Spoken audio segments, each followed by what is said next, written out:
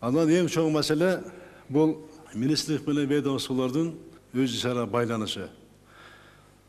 Мына азыркы бүгүнкү күндө депутаттардан абдан көп суроо талаптар келет.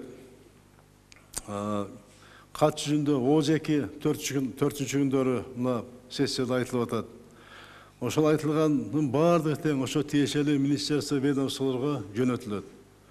Бирок жөнөтүлгөн ошол суроолор, талаптар кайра жооп бергенде сапатсыз, даярдыгы жок, даже грамматикалык каталар менен берилет. Мен өз көзүм менен көрдүм ушуну барды. Депутаттар көрсөтүштү.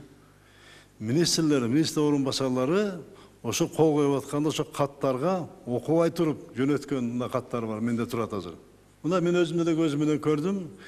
Айрыкча министрлердин орун басарлары барганда парламентке, комитетке даярданбай барып, өздөрү уят болуп, бир маселени айтса, экинчи маселени айтып атат.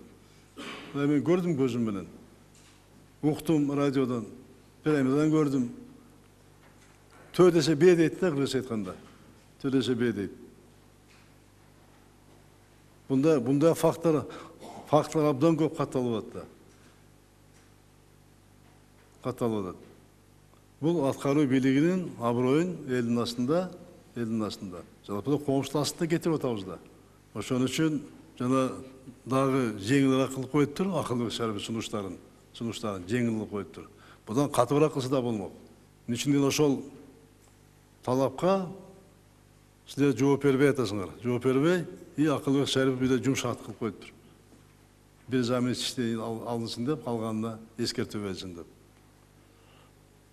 Биз мындай нерсеге принципиалдуу баа бериш керек. Анан биз ишибиз оң болот. Маселе Жанышбек Калилович. Бул эми электрондук системаны дагы эле илгерки ата замандагы журнал менен жазат экен. Журнал менен. Бул эми болбогон нерсе да. Сиз жаңы десек сиз эскирдиңиз да. Мына үрсө жетай болуп калды Кудай кааласа. Эмне үчүн мындай? Ордуна жооп бериң ордуңуздан ошол жерден. Уагында ушул маселеге көңүл бурулбай келген экен министрликте Сооронбай Шаарбевич. Анан айтишник ала алышпай, башка кылбай, биз азыр системага, мына аскит системасына кирдик. Бул ишти Кудайым бурса алып барабыз. Көңүл бурулбай калыптыр уагында. Эми уятта министрлик болсо, анан кийин дагы эле журналга жазып отурсаңар, келген баары тең. Билем азыр укканга эле башка бир укса айтат да. Эмне деген министрлик деп. Мына автомобиль жолдор жөндөйт. Жол тармагын жөнгө салуучу мыйзам актыларын өзгөртүүлөрдү киргизүү боюнча 2 миллион долбоорун өкмөт аппаратынан биринчи кварталда киргиз керек эле дейт.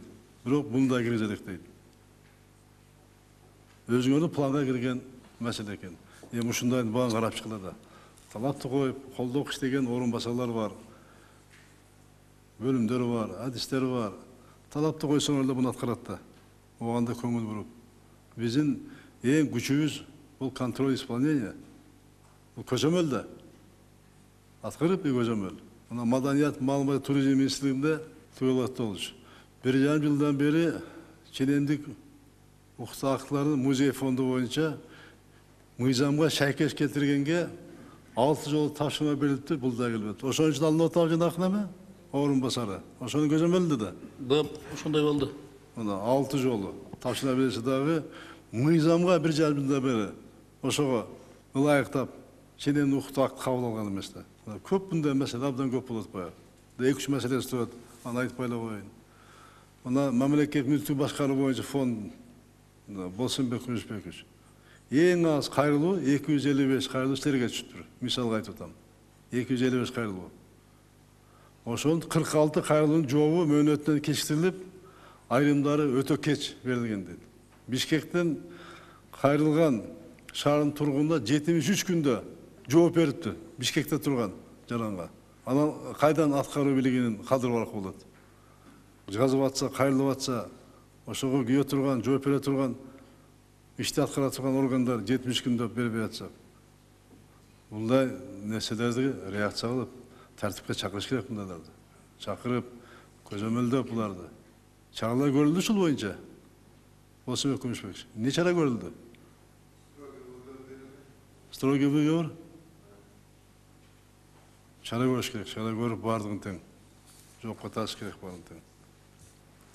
Мына саламаттык сактоо министрлиги боюнча мыйзамдын долбоорун иштеп чыгуу тапшырылган экен, 2 жылдан бери иштеп чыкпайт экен. Бул эң керектүү мыйзам. Эң керектүү мыйзам жаштар, өспүрүмдөр топтошкон жерлерде алкоголу аз энергетикалык ичимдиктерди сатууну чектөө жөнүндө мыйзам. 2 жылдан бери мыйзам иштеп чыгып экен.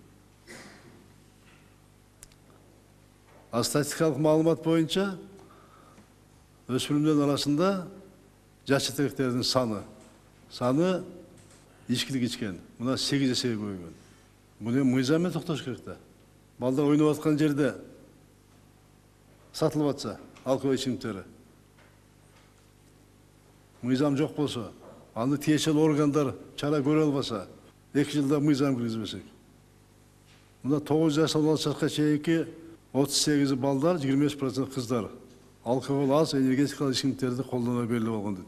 А 7% такай колдонот экен. Саламаттык сактоо министрлигинде адамдын ден соолугун коргой турган орган 2 жылдан бери мыйзам киргизбесеңер, эмне деген шермендешилик.